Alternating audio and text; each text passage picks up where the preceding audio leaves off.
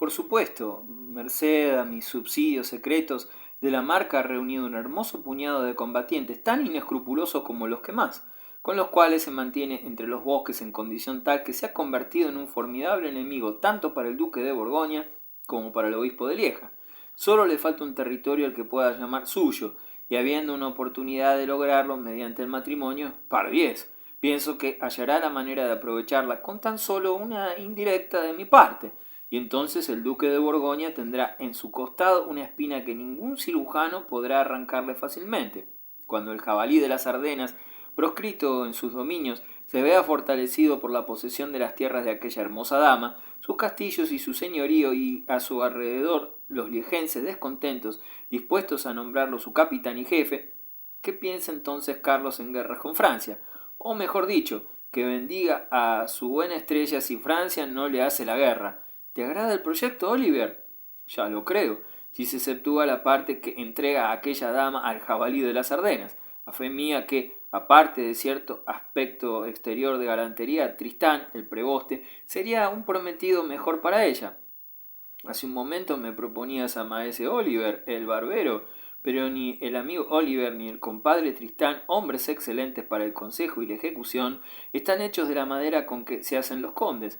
¿No sabes que los artesanos flamencos aprecian el nacimiento de los demás precisamente porque no lo tienen ellos? Una multitud de plebeyos desea siempre un jefe aristócrata. Ese Ked o Cade o como le llamen en Inglaterra pudo rodearse de esa canalla atribuyéndose sangre de los Mortimer. Guillermo de la Marque desciende de la princesa de Sedan, sangre tan noble como la mía misma, y ahora a los negocios. Debo convencer a las damas de Croche para que escapen rápidamente y en secreto, bajo guía segura. Esto será muy fácil. No tendremos más que hacerles entrever esa alternativa o la de enviarlas a la Borgoña. Tú hallarás la forma de hacer que Guillermo de la Marque se entere de sus movimientos, y solo le faltará tiempo y lugar para empezar sus galanteos. Conozco una escolta apropiada para viajar con las damas. ¿Puedo preguntar a quién encomenda vuestra majestad un cargo tan importante? A un extranjero, un hombre que no tiene en Francia intereses ni parientes que pueden oponerse a la ejecución de mi proyecto, y que sabe demasiado poco del país y de sus tendencias para sospechar de mis propósitos otra cosa que lo que yo quiera decirle. En una palabra, pienso ocupar al joven escocés que acaba de decirte que vengas acá. Oliver quedó callado, como quien parece tener una duda sobre la prudencia de la elección, y terminó por agregar: Vuestra Majestad ha depositado su confianza en ese muchacho mucho antes de lo que acostumbra. Tengo mis motivos. Conoces, aquí se persignó, mi devoción al bendito San Julián. He estado rezando a ese santo hasta altas horas de la noche, y presenté mi humilde solicitud para que mi reino se viese aumentado con esos extranjeros vagabundos, como medio de establecer mejor en todo el país una ilimitada devoción a nuestra voluntad, y le prometí al bendito santo que los recibiría, ayudaría y mantendría. Y fue San Julián quien os mandó a este forastero larguirucho desde Escocia en respuesta a vuestra solicitud, aunque el barbero, al tanto de que su amo tenía supersticiones en proporción directa con la falta de religión y que nada había más fácil para ofenderlo, tuvo buen cuidado de hacer la pregunta precedente con un suave tono de voz. Luis reconoció el sarcasmo que contenía y lo miró con disgusto. Pícaro, con razón te llaman Oliver el Diablo, ya que así te atreves a burlarte de tu Señor y de los santos. Te aseguro que si no me fueras tan necesario haría que te colgasen en aquel roble que está frente al castillo, como ejemplo para quienes se mofan de las cosas sagradas. Sabe, esclavo infiel, que tan pronto se cerraron mis ojos se me apareció San Julián llevando de la mano a un joven que me presentó y diciendo que su destino era escapar a la espada, la horca y el agua, y llevar la buena fortuna al bando a que se plegare y a las aventuras en que interviniere. Salí a caminar a la mañana siguiente y tropecé con este joven cuya imagen viera en sueños. En su país se salvó de la espada, a pesar de haber sido exterminada toda su familia, y aquí en el breve plazo de 2 días ha podido librarse de morir ahogado y de la horca, y además en una ocasión especial, como te lo dije hace poco, me hizo un verdadero servicio. Lo considero enviado por San Julián para servirme en los casos más peligrosos y aun en los más desesperados. Al hablar así, el rey se quitó el sombrero y, eligiendo entre las muchas imágenes de plomo con que estaba adornada la cinta, la que representaba a San Julián, La colocó sobre la mesa como hacía a menudo cuando alguna esperanza o un remordimiento se le atravesaban y, arrodillándose ante la imagen, murmuró con aire de profunda devoción: Sancte Juliane, adis per sibus nostris, ora, ora pro nobis. Era este uno de los ataques de devoción supersticiosa que asaltaban muchas veces a Luis, en oportunidades y lugares tan extraordinarios que le daban a él, uno de los monarcas más sagaces que haya habido, la apariencia de un loco, o por lo menos de alguien cuya mente está atribulada por la profunda conciencia de su culpabilidad. Mientras tanto, su favorito lo miraba con una expresión de sarcástico desprecio, que apenas intentaba disimular. En realidad, una de las particularidades de este hombre era que, en sus relaciones con su amo, dejaba de lado esa humilde afectación de servilismo que distinguía su conducta de la de otros, y si aún conservaba cierto parecido con un gato, era cuando el animal está en guardia, vigilante y alerta para el salto repentino. El motivo de su cambio consistía probablemente en el conocimiento que tenía Oliver de que su amo era un hipócrita demasiado profundo para no comprender la hipocresía de los demás. Los rasgos de ese joven, entonces, si me permite hablar, preguntó Oliver, ¿se asemejan a los de el que se os apareció en sueños? Mucho, repuso el rey, cuya imaginación, como la de todos los supersticiosos en general, llegaba a imponerle al mismo su fantasía, y además he tenido su horóscopo hecho por Galiotti Martipale, y sé que, gracias a su arte y a mis propias observaciones, que en muchos aspectos el destino de este joven está regido por la misma constelación que el mío. Pensará lo que pensara Olivier de las causas que tan decididamente expresaba el monarca para justificar su preferencia hacia un joven inexperto, no osó hacer nuevas objeciones, por saber muy bien que Luis, que mientras estuvo expatriado dedicó gran parte de su atención a la supuesta ciencia de la astrología, no hubiera admitido chance alguna que desacreditara sus habilidades. Por lo tanto, se limitó a responder que confiaba en que el joven demostraría fidelidad en el desempeño de tan delicada misión. Cuidaremos que no tenga oportunidad para lo contrario, pues no se enterará de nada, salvo de que es enviado para escoltar a las damas de Croix hasta la residencia del obispo de Lieja. De la probable intromisión de Guillermo de la Marck sabrá tan poco como ellas mismas. Nadie conocerá el secreto aparte del guía y Tristán, o tú deberéis encontrar uno capaz para ese fin.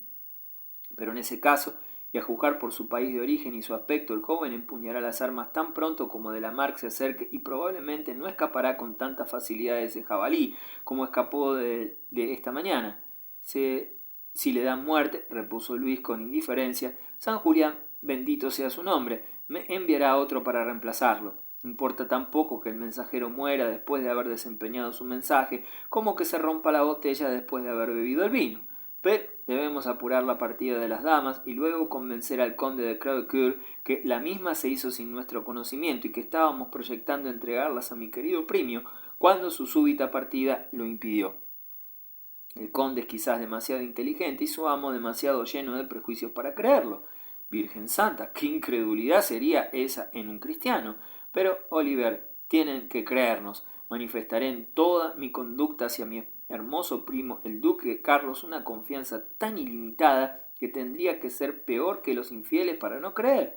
Te digo que estoy tan convencido de poder hacer que Carlos de Borgoña piense como yo, que si fuera necesario para acallar sus dudas iría desarmado a visitarlo a su tienda, sin más guardia que tu propia persona, amigo Olivier. Pues yo, aunque no me precio de manejar otro acero que el de la navaja, antes avanzaría contra un batallón de alabarderos suizos que acompañaros en semejante visita de cortesía a Carlos de Borgoña, cuando éste tiene tantos motivos para estar seguro de que vuestra majestad le guarda rencor y enemistad. Eres un tonto a pesar de tus pretensiones de sabiduría y no comprendes que la política profunda debe asumir a menudo la apariencia de la simplicidad más extrema, así como el valor se oculta a veces bajo la capa de una modesta timidez. Si fuera necesario, con seguridad que haría lo que acabo de decir, siempre que los santos bendijeran mis actos y las constelaciones celestiales facilitaran una oportunidad propicia para semejante empresa. Con estas palabras el rey Luis XI dio el primer indicio de la extraordinaria resolución que adoptaría más tarde para burlar a su gran rival y cuya ejecución estuvo a punto de ocasionar su propia ruina.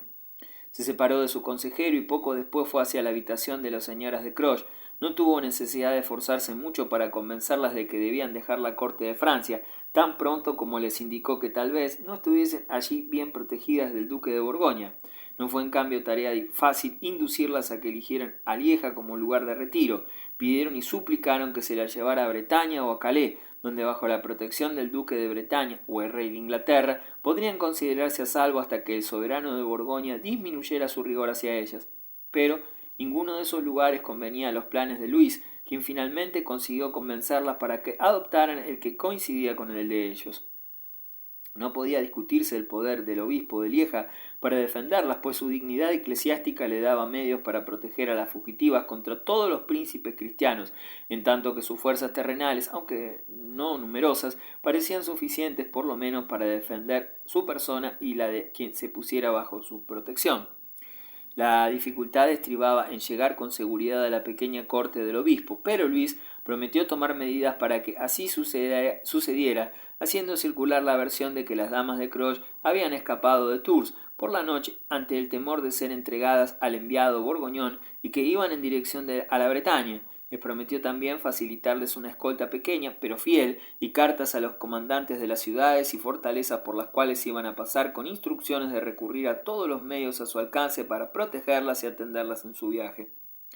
Las señoras de Croix, aunque en su fuero interno sí se sintieron ofendidas por la forma poco generosa y descortés con que Luis las privaba del prometido asilo en su corte, hallábanse tan lejos de oponerse a la rápida partida que éste les proponía, que aún se anticiparon a sus proyectos y le pidieron venia para salir esa misma noche. La condesa Jamelina estaba cansada de un lugar donde no podía encontrarse cortesanos admiradores ni festejos, y la condesa Isabel pensó que había visto bastante para suponer que, de atacarle la tentación de hacerse algo más poderoso, Luis XI, no satisfecho con expulsarlas de la corte, no vacilaría en entregarla al irritado duque de Borgoña. Luis mismo accedió entusiasmado a su rápida partida, ansioso de mantener la paz con el duque Carlos y con el temor de que la belleza de Isabel fuera un obstáculo para su proyecto favorito de entregar la mano de su hija Juana a su primo de Orleans.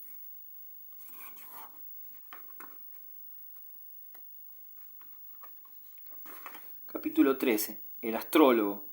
No hablemos de reyes, desprecio esa comparación. Soy un sabio y domino de los elementos, por lo menos los hombres así lo creen, y de esa creencia fundo yo mi imperio sin límites. Ocupaciones y aventuras parecían acosar al joven escocés, pues no tardó en ser llamado al despacho de su capitán, Lord Crawford, donde, para sorpresa suya, encontró nuevamente al rey, después de unas palabras relativas al honor y a la confianza que merecía, que hicieron temer a Quintín que fueran a proponerle una nueva guardia como la realizada ante el conde de Crevecoeur, o tal vez algún otro servicio más repugnante aún a sus sentimientos. No fue solo con alivio, sino con verdadera delicia, que oyó que había sido elegido para que, con la ayuda de otros 4 que quedaban a sus órdenes, y uno de los cuales sería el guía, sirviera de escolta a las damas de Croix hasta la pequeña corte de su pariente, el obispo de Lieja, de la manera más segura y tranquila y al mismo tiempo con el mayor secreto posible. Se le dio un papel con instrucciones respecto a los lugares en que habría de detenerse, generalmente en aldeas oscuras, monasterios solitarios y lugares alejados de las ciudades, y a las precauciones generales que debía adoptar, sobre todo al aproximarse a la frontera con la Borgoña. Recibió buen número de indicaciones sobre lo que debía hacer y decir para representar el papel de mayordomo de 2 damas inglesas de categoría que venían de hacer una peregrinación a San Martín de Tours y se dirigían a visitar la ciudad santa de Colonia, donde honrarían las imágenes de los 3 reyes magos de Oriente que acudieron a adornar el nacimiento en Belén. Con ese carácter viajaban las damas de Croix. Sin explicarse exactamente la causa de su júbilo, el corazón de Quintín de Urbar rebosaba de alegría ante la idea de aproximarse en tal forma a la hermosa del Torreón, y en una situación que le daba derecho a su confianza, puesto que a su prudencia y valor se entregaba a tal punto la protección de la dama. No dudó un solo momento de conducirla con felicidad a través de los peligros del viaje. Los jóvenes no piensan a menudo en los peligros y se crían libres, sin temores y confiados en ellos mismos. Quintín, especialmente, solo pensaba en los mismos para desafiarlos. Ansiaba quedar libre de las restricciones que le imponían la presencia del rey para poder entregarse a la secreta alegría que le daban esas noticias inesperadas y que deseaba manifestar con mayor libertad que la que le era permitido en presencia del monarca.